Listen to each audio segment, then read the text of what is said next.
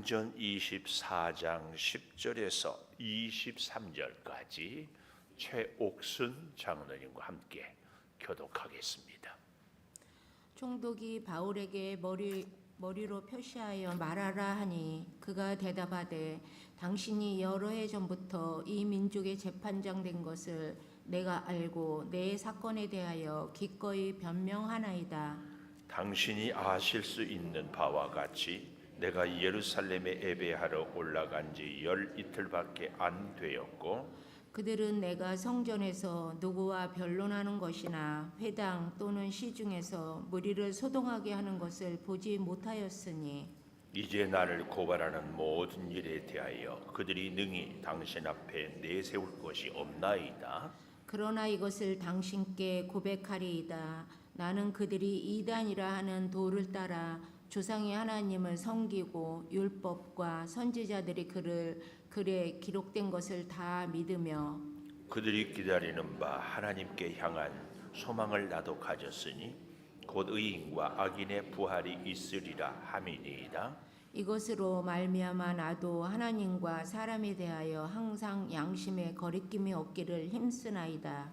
여러 해 만에 내가 내 민족을 구제할 것과 재물을 가지고 와서 드리는 중에 내가 결례를 행하였고 모임도 없고 소동도 없이 성전에 있는 것을 그들이 보았나이다. 그러나 아시아로부터 온 어떤 유대인들이 있었으니 그들이 만일 나를 반대할 사건이 있으면 마땅히 당신 앞에 와서 고발하였을 것이요. 그렇지 않으면 이 사람들이 내가 공회 앞에 섰을 때에 무슨 옳지 않은 것을 보았는가 말하라 하소서. 오직 내가 그들 가운데 서서 외치기를 부활에 대하여 오늘 너희 앞에 신문을 받는다고 한 이 한 소리만 있을 따름이니이다 하니 벨릭스가 이 도에 관한 것을 더 자세히 아는 고로 연기하여 이르되 천부장 루시아가 내려오거든 너희 일을 처결하리라 하고 같이 봅니다. 백부장에게 명하여 바울을 지키되 자유를 주고 그의 친구들이 그를 돌보아 주는 것을 금하지 말라 하니라. 아멘.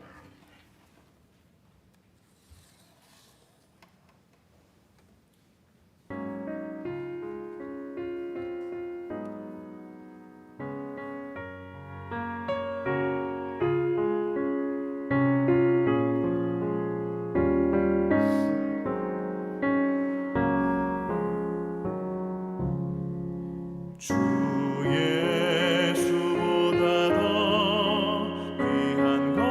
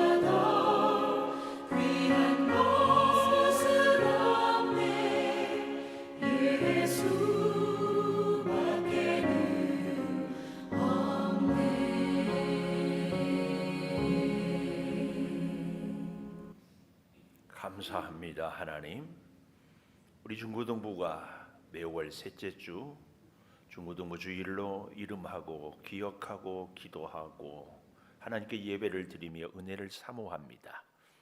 우리 사랑하는 친구들을 어릴 때부터 주의 말씀과 훈계로 잘 양육하여 주셔서 이 힘들고 어려운 세상 하나님의 능력과 하나님의 지혜로 승리하며 살게 도와 주시옵소서.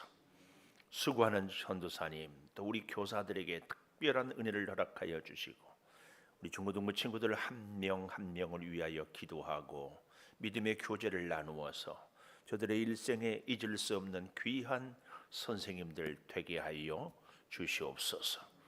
이제 말씀 듣습니다. 생명의 말씀이 우리와 함께 하여 주시옵소서. 예수님 이름으로 기도하옵나이다. 아멘. 하나님 감사합니다. 감사합니다.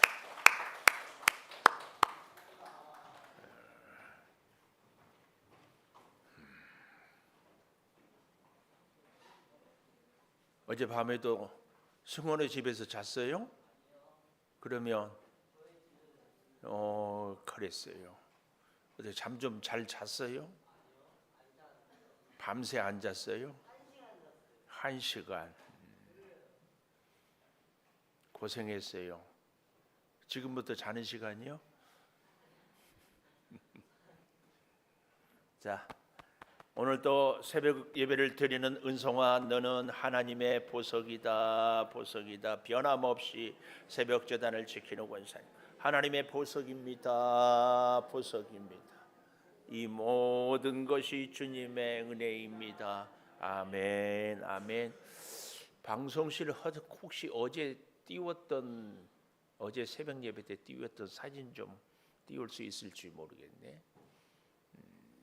우리 지금 이 24장은 어디서 일어난 일인가 하면은 예루살렘에서 피신을 해서 어디로 내려가서 지금 오늘 이런 일들이 이루어지고 있는가? 어디죠?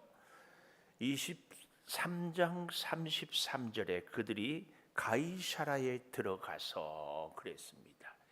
이 가이사라는 지중해를 끼고 있는 아주 로마가 잘 끼워놓는, 여기 지도 앞에 좀 보시고 예루살렘에서 안디바디로 해서 가이사라 보이죠? 이 가이사라를 또 그 다음 그림 좀 비춰 주십시오.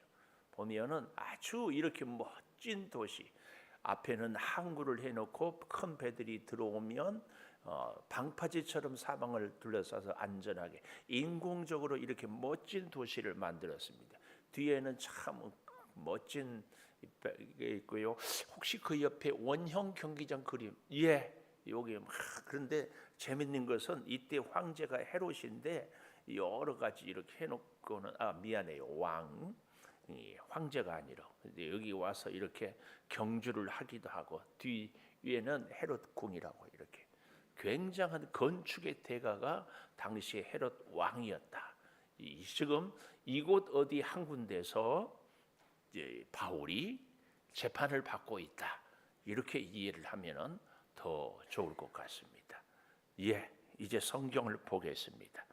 10절에 보면 총독이 바울에게 머리로 표시하여 말하라 하니 그가 대답하되 당신이 여러 해 전부터 이렇게 머리로 표시하여, 이 말은 굉장한 권위를 총독이 갖고 있는 것처럼 머리로, 우리로 말하면 너 말해 보면서, 바울 보면서 이랬다 그 말이. 너 말해. 이것은 자기의 권위를 확 드러내는 겁니다. 그래서 우리도 가끔 그러잖아요. 어린 아이들이라도 부모님이, 어른들이 뭐라고 얘기하면 이러면은 좀 그렇죠. 그러니까 앞으로 우리는 머리로 얘기하지 말고 꼭 우리가 하나님께서 주신 말할 수 있는 게 굉장한, 말을 하고 싶지만 말을 못 하시는 분들은 말할 수 있는 것이 평생 소원이거든요. 그리고 입술로 그렇습니다, 입술로 못하겠습니다, 꼭 우리의 의사 표현을 할 수 있는 것이 좋다. 이것도 기억하면서 오늘 저는 제목을 진리의 힘, 진리가 얼마나 힘이 있는지 진리의 힘을 얘기하는데 그 첫째로 11절에 보니까 당신이 아실 수 있는 바와 같이 당신이 다 알 수 있다. 이 벨릭스 총독은 대략 총독이 된지 많게는 10년 여러 문헌들이 얘기하는데 한 7년에서 8년 정도 이미 그러니까 유대 나라의 총독이니까 유대의 문화, 정치, 습관, 신앙 모든 것들을 다 잘 알고 있었다. 이미 벨릭스가 이로부터도 한 2년 더 있다가 이제 베스도 총독으로 바뀌는 것을 우리는 알 수 있지 않았습니까? 27절 24장 27절 이태가 지난 후 2년이 지난 후 보르기오 베스도가 벨릭스 소임을 이어받으니 그러니까 거의 한 10여 년 동안 이 벨릭스 총독이 이 이스라엘을 다스렸다. 이것을 알 수 있습니다. 자, 여기에 대해서 그래서 바울은 벨릭스 총독이 잘 알고 있다. 이것을 전제로 얘기하고 있습니다.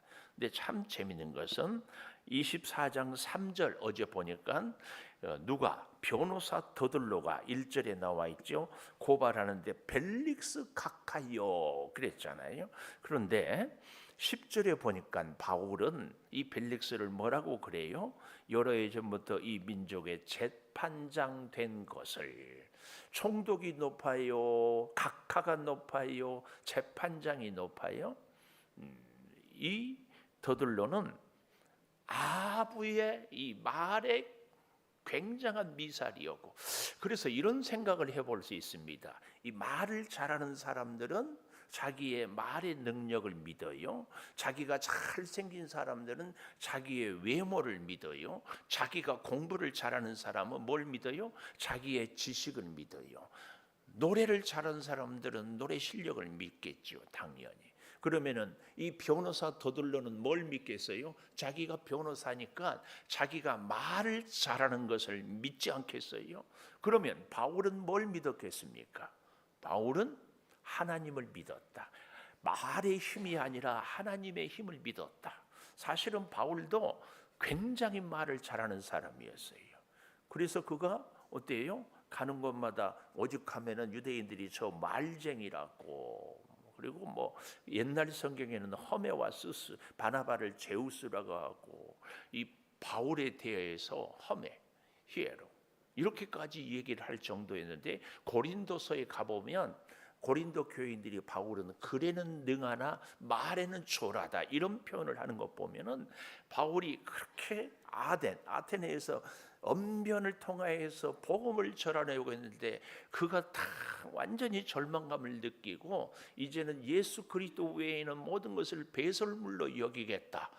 그러고 나서는 철저하게 자기 말의 논리, 언변을 자랑하는 것이 아니라 오직 예수 힘만 딱 얘기하는 거예요. 오늘 저와 여러분도 사실은 이 수준이 될 날이 꼭 있기를 축복합니다. 우리가 예수를 믿는데도요, 복음을 전할 때도, 사람을 만날 때도, 뭔가 할 때 꼭 내가 있는 그 무엇을 사용하고 싶고 또 그래야 되고, 그러나 더 본질은 예수 그리스도의 능력. 그래서 오늘 바울은 뭐라고 얘기를 해요? 재판장.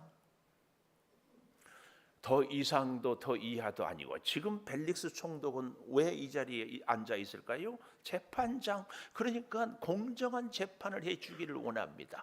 바울은 있는 그대로 아주 담백하게 그러면서 내가 알고 내 사건에 대하여 기꺼이 변명하나이다. 이 기꺼이란 말은 아주 기쁘게 자원하는 마음으로 변명합니다.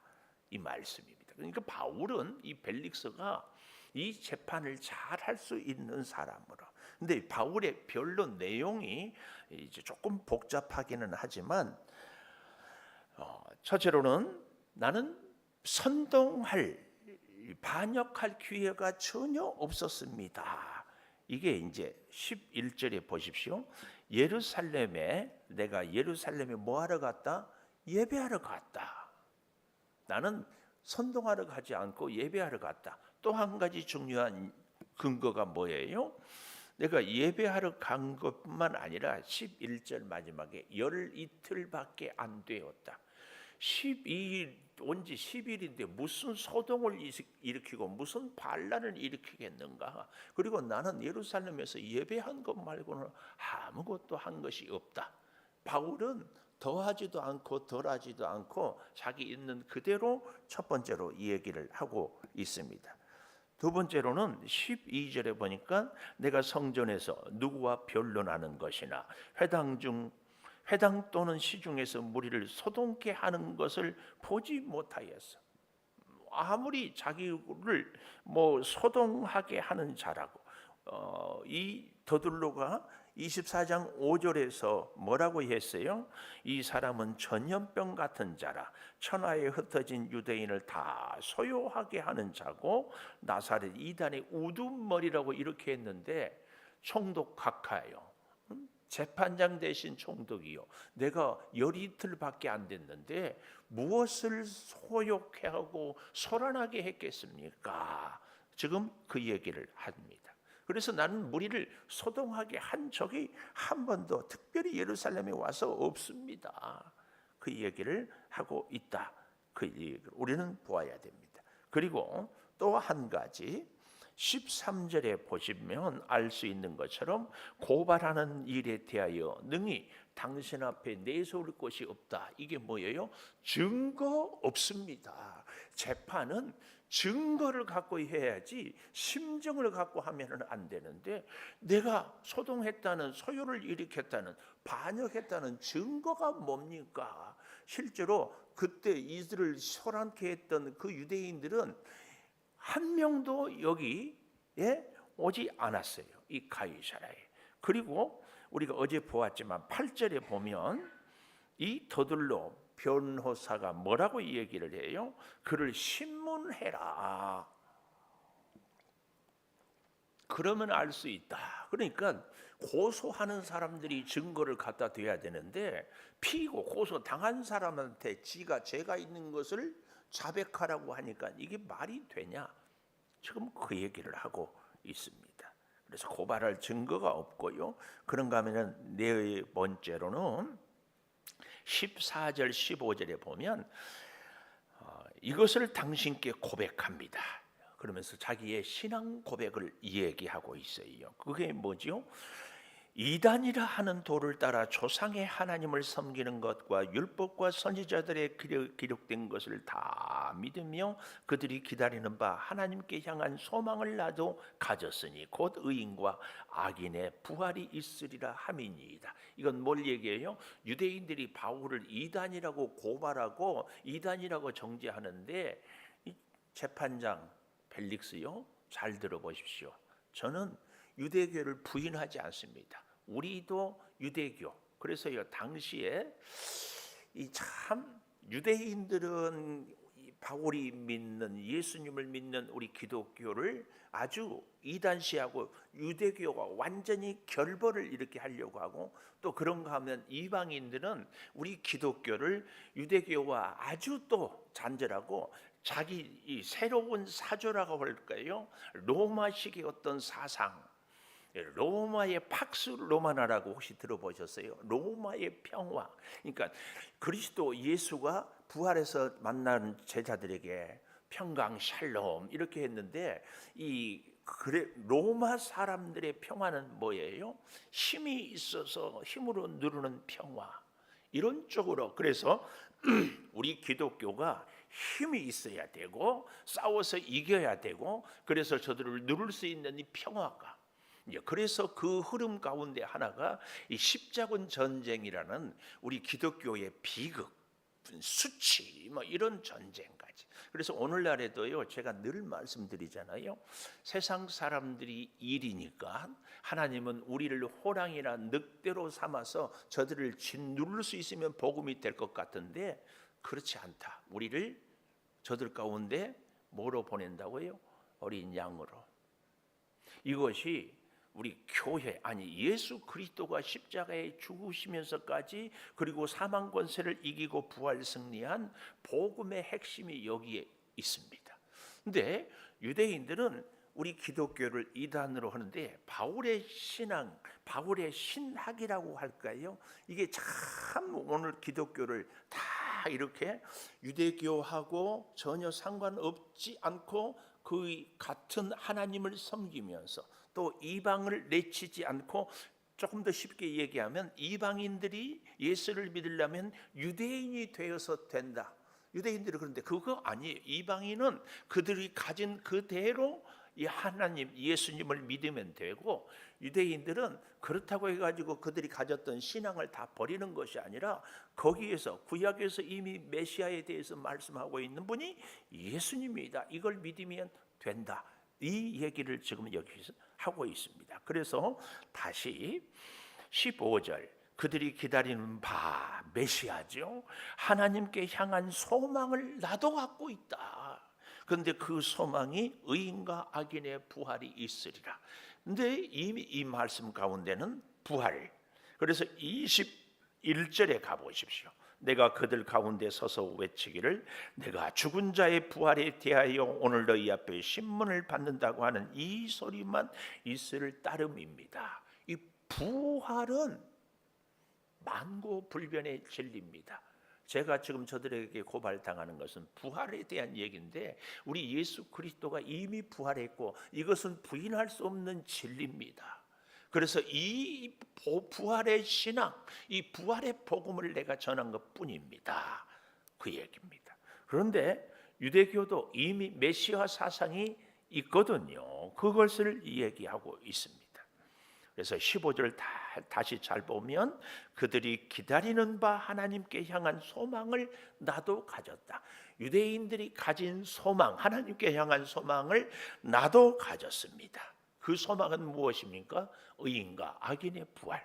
제가 어제 아침에 잠깐 언급했지만 우리는 의인만 부활한다고 생각하면 안 됩니다. 악인도 부활합니다. 의인은 주님과 함께, 하나님과 함께 영원한 천국에서, 악인은 하나님 없는 영원한 지옥에서. 그래서 우리가 이 땅에 살 때도 굉장히 중요한 믿음의 정신이 뭐냐? 하나님 나라예요. 하나님 나라가 뭐라고 그랬어요? 하나님과 함께 사는 사람, 하나님의 다스림을 받는 사람은 아무리 우리의 현실이 어려워도 천국을 사는 사람입니다.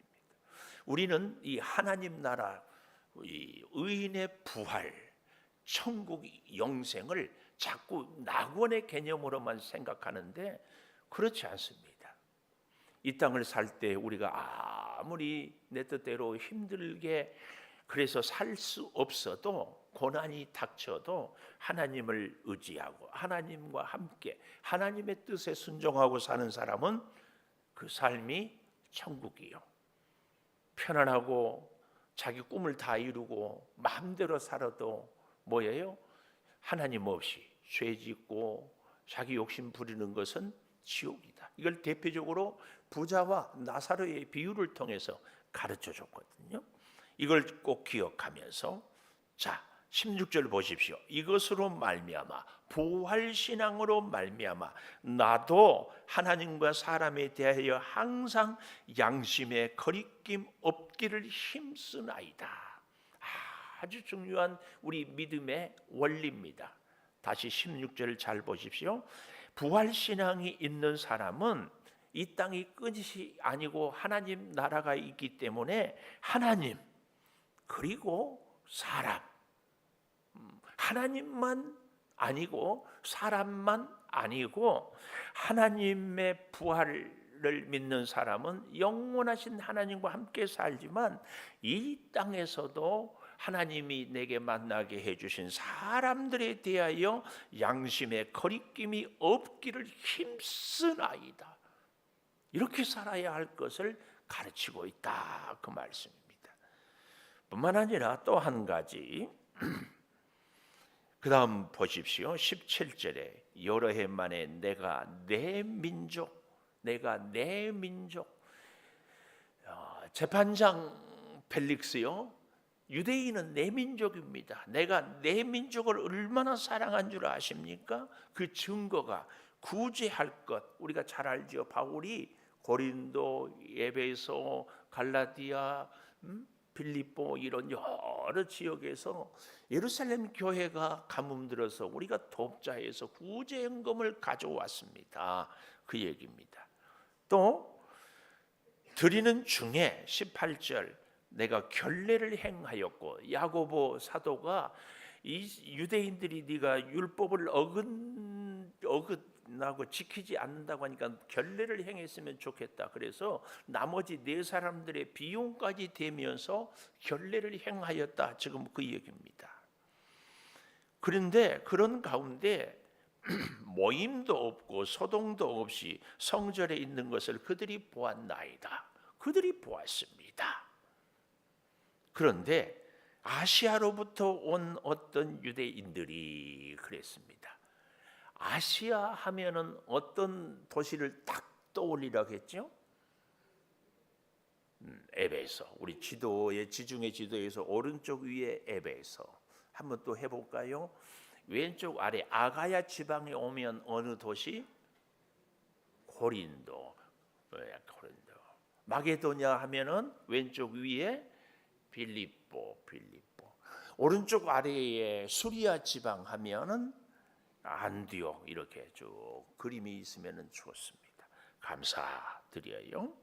자, 계속해서 조금만 더 보십시다. 그래서 오늘 여기 18절에 아시아로부터 온 어떤 유대인들이 있으니, 아시아, 에베소. 그런데 우리가 잘 알죠? 에베소의 두란노 소원에서 이때 동안이나, 심지어 바울은 에베소에 3년 동안이나 그렇게 오래 있는 데가 없었어요. 밤낮 쉬지 않고 눈물로 너희를 가르쳤던 것을 기억해라. 그렇게 바울의 사역의 하이라이트, 가장 복음을 잘 전하고 오래 기간 그리고 정말 헌신했던 곳이 에베소인데, 그 에베소에 있는 유대인들이 예루살렘에까지 쫓아와 가지고 바울을 힘들게 해요. 놀라운 거. 그래서 성경에도 보면은 가장 탁월한 선지자 엘리야, 그때 가장 악한 왕 아합, 우리 개인의 삶에 적용해 보면 하나님의 가장 크고도 풍성한 은혜는 내 인생의 가장 깊은 고난을 겪을 때 임한다는 사실도 같이 우리가 적용해 볼 수 있습니다. 자, 그래서 보십시오. 19절 그들이 만일 나를 반대할 사건이 있으면 마땅히 여기 당신 앞에 와서 고발하였을 것이요, 그렇지 않으면 이 사람들이 내가 공회 앞에 섰을 때 무슨 옳지 않은 것을 보았는가 말하라고 하세요.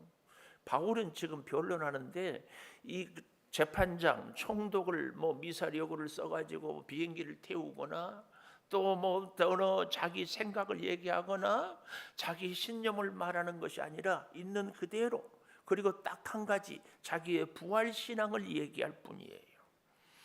그런데 참 놀랍고도 감사한 것은 이제 이 벨릭스 총독이 어떤 사람인가가, 그래서 참 하나님의 섭리는 놀랍습니다. 자, 좀 더 보십시다. 22절에 보면 벨릭스가 이 도에 관한 것을 더 자세히 아는 거로, 이게 놀라워요. 이게 놀라워. 아니, 이방인이고 로마의 총독인데 이 총독이 이 도에 대하여, 우리 기독교에 대하여 더 자세히 아는 거로, 여기 더 자세히 안다는 것은 기준이 어디에 있는가 할 때 여러 가지로 설명할 수 있겠지만, 바울이 지금 여기서 자기가 갖고 있는 믿음을 얘기하는 것보다 더 많이 알고 있다, 그 얘기예요. 이 벨릭스가 어떠했는지 우리는 그 다음 내일 이제 월요일 날 보게 되겠지만 24절에 보십시오. 수일 후에 벨릭스가 그 안에 유대 여자 두루실라와 함께 와서 바울을 불러 그리스도 예수 믿는 도를 듣거늘, 예수한테 일부러 와서 말씀을, 복음을 더 들어요. 누구와 함께? 아내와 함께. 이런 걸로 미뤄 보면은 그 아내 두루실라가 믿음이 좋은 아내였다. 실제로 로마의 귀족들이 로마의 여인들을 자기 아내로 삼지 않았다고 해요. 그래서 유대의 여인들을 데려다가 아내를 삼고 자녀를 낳았는데, 왜냐하면 이 로마의 여인들이 너무 성적으로 문란해서 애들을 낳으면은 장애자들이 많았고 또 가정을 지킬 수가 없는데 신기한 것은 유대인 여자들을 데려오면 오직 한 가정에 한 남편만, 별로 사랑하지 않아도 가정을 지켜요. 그게 근본이 어디에 있어요? 신앙에 있어요. 그래서 이 로마의 고위직 관료들이 유대인 여인들을 아내로 다 데려다가, 그것이 나중에 313년에 기독교가 로마의 국교로 공인이 되는 밑거름이 되기도 하는 거죠. 여기 그래서 특권을 25절, 바울이 의와 절제와 장차올 심판을 강론하니, 의는 뭐예요? 윤리 도덕적인 의가 아니라 예수 구원이 의입니다. 성경에 세상의 법은, 로마의 법은 죄 지으면 벌을 주는 것이 로마의 법이지만 우리 기독교의 법은 뭐예요? 죄를 지은 사람을 복음을 전해서 회개시켜 살리는 것, 이것이 의입니다. 죄인을 죽이지 않고 살리는 것이 기독교의 의예요. 그리고 그렇지 않을 때에 뭐예요? 심판인데, 그렇게 심판을 당하지 않기 위해서는 말씀으로 절제. 그리고 이 복음을 전했더니 벨릭스가 총독인데도 두려워하여 대답하되 지금은 가라, 내가 틈이 있으면 너를 부르리라 하고, 동시에 26절 바울에게 돈을 받을까 바라는 거로 더 자주 불러 같이 이야기하더라. 그러니까 하나님을 믿는 믿음도 있지만 또 돈도 받고 싶어하는 이 벨릭스의 이중성, 사실은 세상의 모습이죠. 그런데 그 벨릭스가 또 한 가지 우리에게 주는 교훈이 있습니다. 23절에 가보십시오. 백부장에게 명하여 바울을 지키고 자유를 주라. 놀라운 하나님의 섭리. 그래서 2년 동안 바울이 이 헤롯 궁에서 정말, 우리 23장 35절에 가보세요. 우리가 다 봤지만 헤롯 궁의 그를 지켰다. 헤롯 궁이 있는 거기에서 다 지키는데 아주 어떻게 했다고요? 오늘 23절에 보니까 지키고 자유를 주고 보호해주고, 사람들이 오면 마음껏 만나, 그래서 복음을, 그의 친구들이 그를 돌보아 주는 것을 금하지 말라. 이렇게까지 배려를 합니다. 이 모든 것이 하나님의 섭리인 줄 믿습니다. 우리는 이 놀라운 하나님의 섭리, 그러니까 반대하는 사람들, 비난하는 사람들, 고소하는 사람들, 권력에 아부하는 사람들이 바울 사방에 쫙 있지만, 오직 바울은 하나님의 힘, 말의 힘이 아니라, 군중의 힘이 아니라 하나님의 힘을 믿고 있는 그대로 말씀합니다. 오늘 이 재판에서 저와 여러분이 가슴에 꼭 새기고 꼭 우리가 사모해야 될 것은, 이 바울같이 내가 죄수의 몸으로 있어도, 사람들이 나를 비방할지라도 나는 하나님의 힘을 믿고 살아가는 것, 이것이 그렇게 중요합니다. 오늘 우리에게, 어떤 사람들은 내가 건강이 약해서, 어떤 사람은 내가 돈이 없어서, 어떤 사람들은 내가 배우지 못해서, 어떤 사람들은 내가 출세를 못해서 이런 걸로 자꾸 자기를 자학하고, 나는 그래서 하나님의 사랑을 받지 못했다, 이렇게 얘기하는데, 진짜 우리에게 부족하고 필요한 것, 정말 부족한데 정말 필요한 것은 하나님의 힘인 줄 믿습니다. 하나님의 힘이 여러분과 저를 다시 붙잡아서 하나님의 힘으로 살고, 하나님의 힘으로 말하고, 하나님의 힘으로 인생을 하루하루 승리하는 하나님의 힘의 사람들이 되기를 축원합니다. 기도하겠습니다. 아버지 하나님, 감사합니다. 진리의 힘은 하나님의 힘입니다. 수많은 사람들이, 권력자들이, 많은 군중들이 바울을 반대하고 소요하고 난리를, 그리고 변호사까지 대동하지만 바울은 총독에게도 아부하는 것이 아니라 진실을 얘기할 뿐입니다. 아버지, 우리도 이 시대를 살아가면서 바울 같은 믿음을 갖기를 소망합니다. 내게 세상적인 것이 없을지라도 오직 하나, 부족함 없이 후히 주시는 하나님의 힘을 공급받고 살게 도와 주시옵소서. 아버지 하나님, 하나님의 힘으로 이 어려운 세상을 살아가기를 간구합니다. 하나님의 힘으로 내 질병도 이기고 내 궁핍과 가난도 극복하고 나의 어려운 문제들을 주여 해결하며, 특별히 우리 사랑하는 자녀들의 앞길에, 우리 사랑하는 자녀들의 심령마다 하나님의 힘이 감동하여 주시옵소서. 거룩한 주일을 준비하며 여러 가지로 헌신하겠습니다. 하나님의 힘을 공급하여 주셔서 감당하며 감사케 하여 주시고, 저 사거리에 나가 복음을 전할 때도 하나님의 힘이 우리를 붙잡아서 차 한 잔을 나누며 저들에게 하나님의 사랑을 증거할 수 있게 하여 주시옵소서. 주님, 이 교회가 하나님의 힘이 충만케 하여 주시어서 하나님의 힘으로 하나님께는 영광을, 이 땅의 많은 사람들에게는 하나님의 사랑을 증언하게 도와 주시옵소서. 지금은 우리 주 예수 그리스도의 은혜와 아버지 하나님의 무한하신 사랑과 성령의 감동하심이 영원토록 함께 하시옵기를 간절히 축원하옵나이다. 아멘. 기도하십시다.